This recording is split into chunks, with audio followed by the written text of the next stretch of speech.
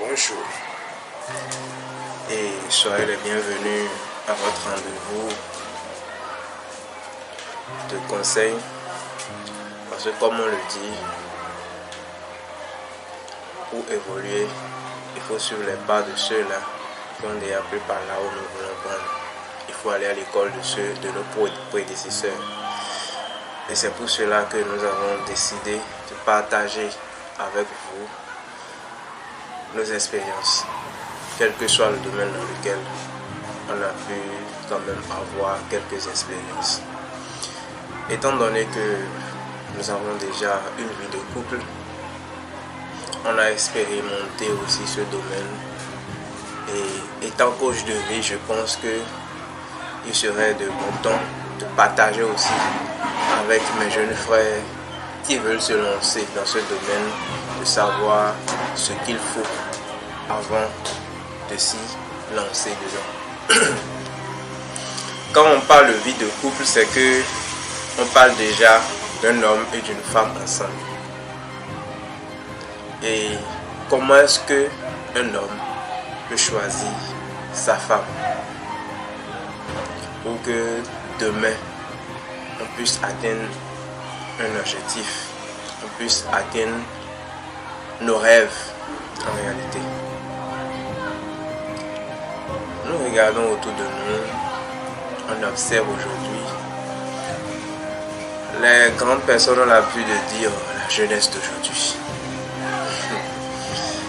Moi je me demande qu'est-ce que moi je veux dire, parce que je fais aussi partie de cette génération qui est en train d'aller, même si je suis à quelques pas de ces jeunes que nous voyons aujourd'hui. Quand tu rentres dans la rue, tu vois des jeunes avec une femme qui s'est peint la tête, une femme qui a complètement enlevé sa peau naturelle. Et je me pose toujours des questions à savoir, quand ce monsieur s'acoquine avec une telle femme aujourd'hui, qu'est-ce qu'il envisage pour demain?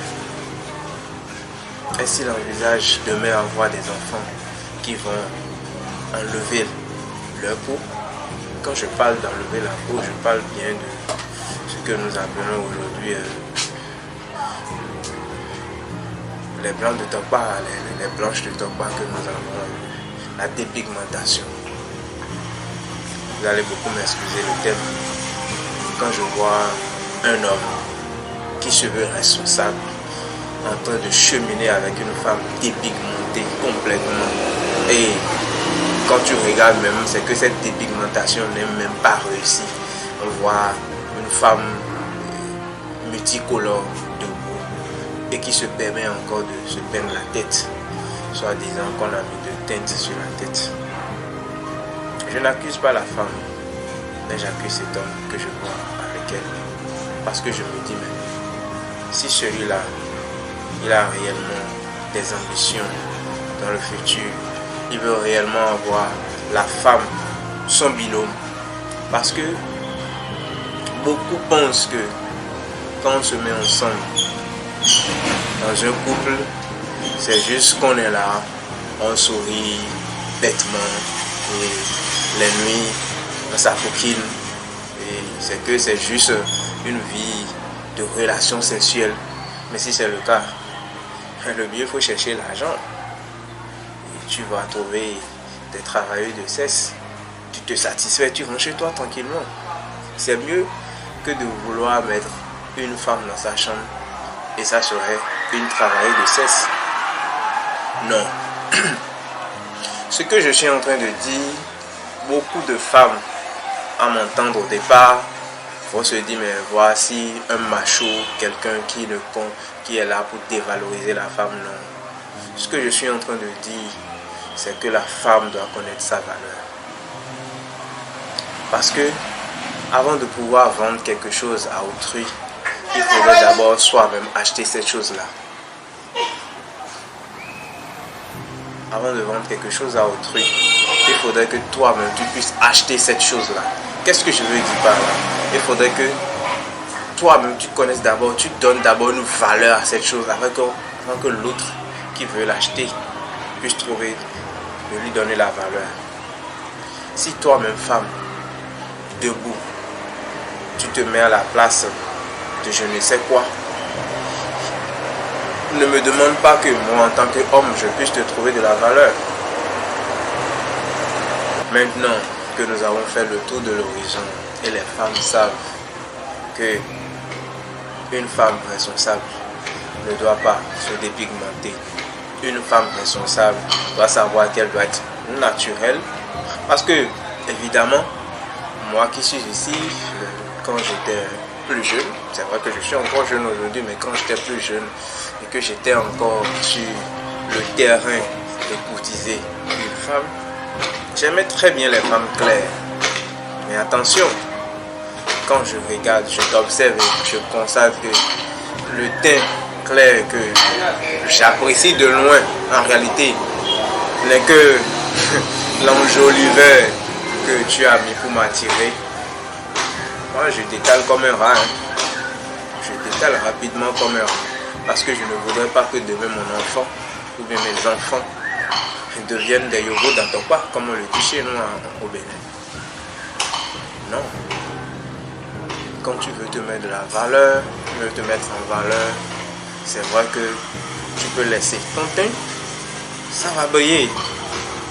Mais enlever carrément la couche, c'est pas la peine. Maintenant, je reviens aux hommes, puisque notre sujet de départ, c'était de pouvoir avoir des critères avec lesquels il faut choisir son binôme, la femme qui doit rester avec soi, celle-là qui doit être ta compagne, celle-là qui doit être ton allié, celle-là qui doit te permettre d'aller plus loin. Parce que chaque fois on dit, voici le président, voici la première dame. Qu'est-ce que ça veut dire? Que derrière un grand homme, il y a toujours une grande femme. Derrière le roi, il y a toujours la reine. Derrière l'empereur, il y a toujours l'impératrice. Et ce n'est pas pour rien que quand nous rentrons un peu dans le côté spirituel des choses, l'impératrice se trouve sur le chiffre 3. Le chiffre 3 qui est le chiffre de l'intelligence, de la communication, du plan, de stratégie. Donc ça veut dire quoi? Que la femme, elle est plus intelligente que l'homme. La femme doit être plus stratège que l'homme. L'homme, c'est l'accomplissement du plan. Et si aujourd'hui, on constate de façon vraiment amère que celle-là qui est conçue en réalité pour être le béquille de l'homme est devenue en réalité son bourreau, c'est pas la peine. C'est pour ça que nous avons décidé de faire cette vidéo, pour que les jeunes puissent arrêter de faire l'erreur d'aller chercher eux-mêmes leur bourreau. Quand tu vas chercher une femme, tu dois regarder en elle. D'abord, est-ce qu'elle se respecte? Parce que la femme à qui tu as fait la cour le premier jour et qui te demande déjà d'aller manger quelque part, elle ne se respecte pas. Avant de te voir, elle n'était pas affamée, elle mangeait. Mais pourquoi est-ce que c'est le premier jour qu'elle t'a vu qu'elle a une faim de bouffe? Cette femme, elle ne se respecte pas.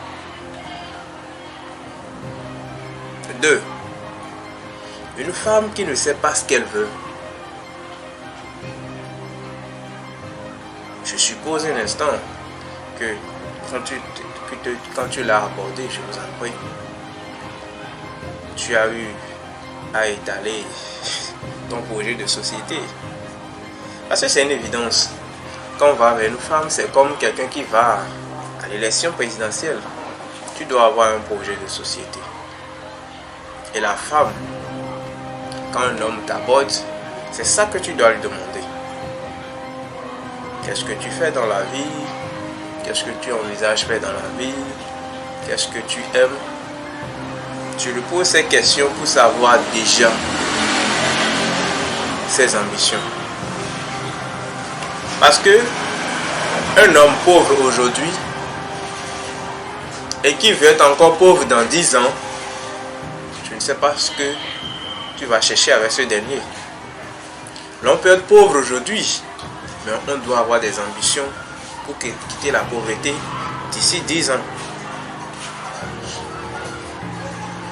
Avec ma petite expérience, au moment où je me suis allié avec celle qui est ma femme aujourd'hui, j'étais rien. Ceux qui me connaissent savent que moi, aujourd'hui, coach La Racine, que vous avez devant vous, j'ai eu à vendre le pain dans ce pays. Et au moment où je vendais le pain, c'est que on était déjà ensemble.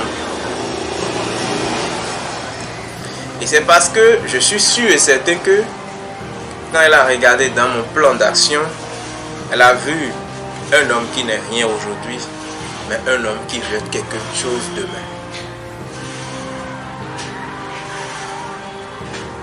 Quand tu discutes avec une femme qui n'est pas prête à descendre avec toi dans le bas-fond et remonter avec toi à la surface, celle-là n'est pas une femme que tu dois mettre dans ta chambre. Pas du tout.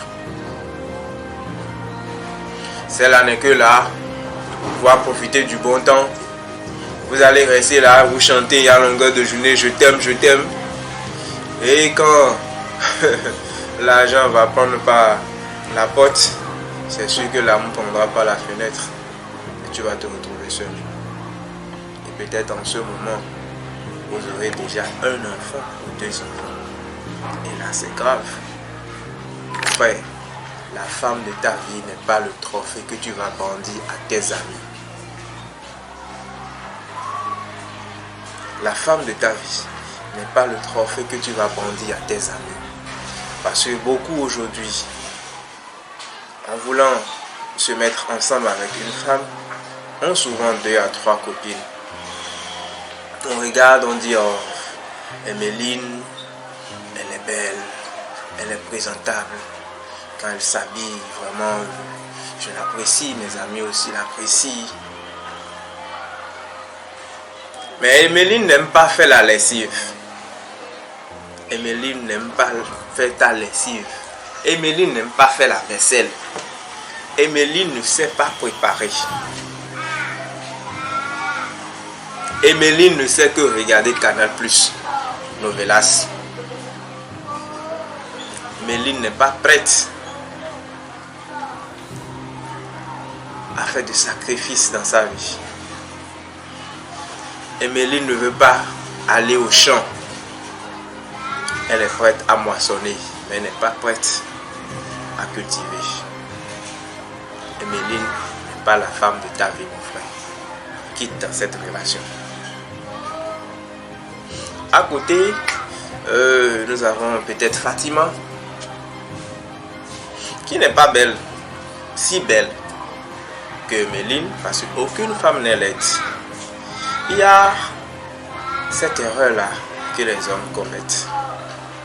On dit, ah, regarde comment elle est moche, moi je ne peux pas sortir avec elle. Et à côté, René prend sa chose.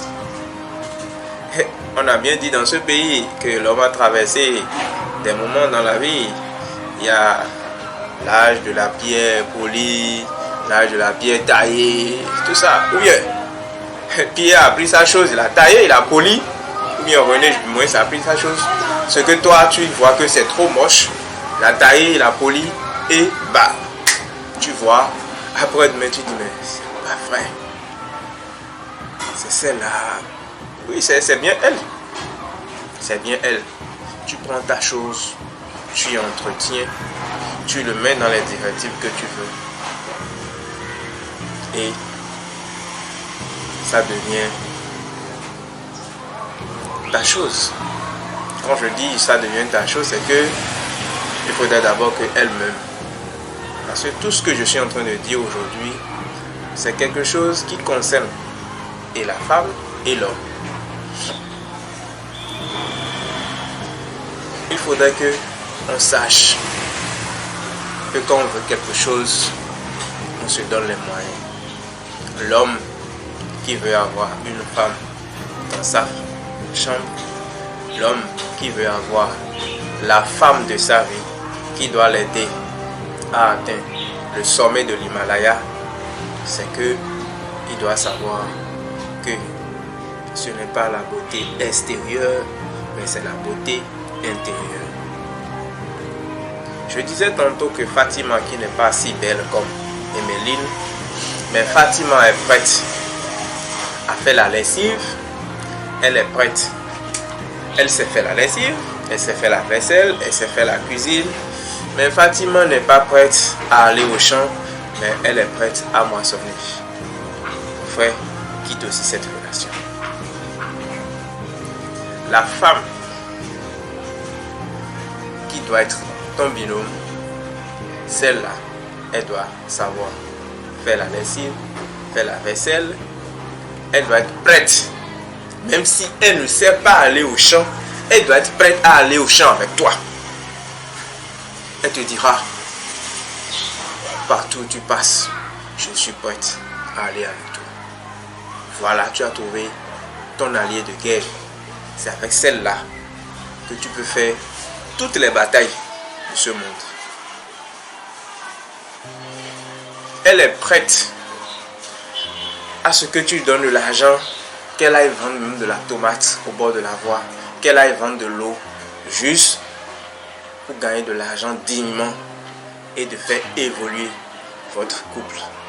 Ça, c'est la femme de ta vie. Maintenant,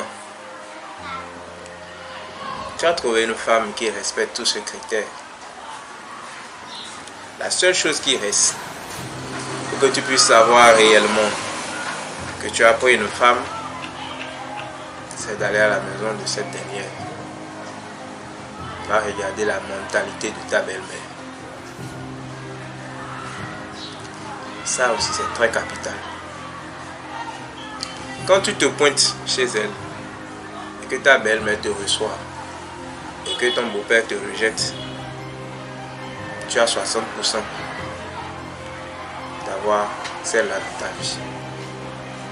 Mais quand c'est le beau-père qui t'applaudit, que la belle-mère te rejette, frère, va te chercher ailleurs. Malgré que la femme là respecte tous les critères d'une bonne femme, tu ne peux pas te marier avec elle. Parce que quand la belle-mère dit non, et que tu insistes, mon frère, tu n'es pas sur un terrain de bataille, mais tu es rentré dans un combat à vie. Et tu auras toute ta vie à combattre un ennemi que tu ne pourras pas vaincre. Parce que ta propre vie d'abord est un combat. Et tu vas chercher encore un autre combat sur ton combat. C'est vrai que cette partie que je viens d'énumérer en dernière position ne peut pas être forcément vérifiée. Parce que il y a eu des couples qui se sont formés malgré que la belle-mère n'est pas d'accord et à la longue pas eu d'équilibre. Mais sache que perpétuellement, chaque fois que tu trouveras de l'argent, tu dois aller donner de l'argent à ta belle-mère. Chaque fois, c'est que tu vas acheter l'amour de ta belle-mère. Mais ça, c'est une vie d'hypocrisie. Donc si nous devons récapituler tout ce que nous venons de dire, tout notre bavardage que nous venons de faire, c'est que la femme de ta vie n'est pas un trophée à brandir à tes amis, mais celle-là qui est prête à aller dans le bas-fond avec toi et revenir à la surface avec toi. Elle est prête à labourer avec toi et à moissonner avec toi.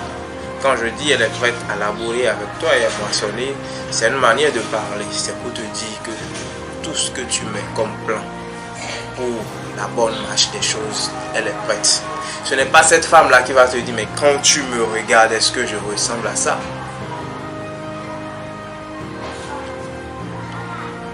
Tu vois ce que je dis? Une femme qui te dit, quand tu me regardes, est-ce que je ressemble à ça? Il faut fuir celle-là. Celle-là n'est pas faite pour rester dans un couple. Parce que la femme parfaite, ça n'existe pas réellement comme l'homme parfait n'existe pas. Mais la femme parfaite, c'est celle-là, malgré son rang social, malgré sa classe sociale, quand elle revient à la maison dans son couple, elle sait que le capitaine, c'est l'homme, et elle est là pour aider le bateau à ne pas chavirer.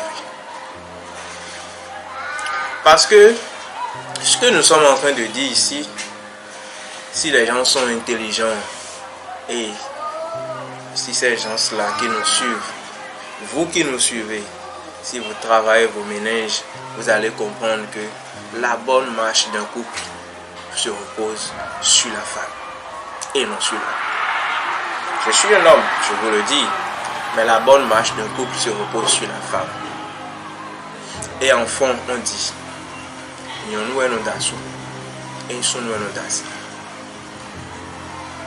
c'est la femme qui se marie et non le contraire. L'homme aura beau faire le premier pas, aller faire la cour à la femme, mais celle-là qui fait son choix, c'est la femme qui fait le choix. Tu peux beau avoir un jet privé, milliard, quand la femme dit je préfère celui qui est à vélo, elle a fait son choix. Quel que soit l'univers, elle a fait son choix. Donc, cette vidéo en réalité est faite pour mettre en valeur la femme et non le contraire. Madame, si vous voulez avoir une vie harmonieuse dans vos couples, commencez à vous mettre en valeur. Et toi, qui n'es pas encore en couple, arrête de t'épigmenter, arrête de te peindre la tête et sache que les hommes aujourd'hui qui viennent vers toi sont juste là et te prennent comme un objet sexuel. L'homme qui veut prendre une femme dans sa chambre ne va pas vers celles-là qui font des pigmentations, teintes de tête, à réagir comme des dessins animés. Non, on veut celle-là qui est prête à tout faire avec soi. C'était le coach La Racine. C'est mon coup de cœur pour donner genre un petit conseil comme on a l'habitude de faire, partager nos expériences avec nos jeunes frères et même avec nos aînés, parce que comme on le dit, l'âge n'est pas synonyme de sagesse. À la prochaine.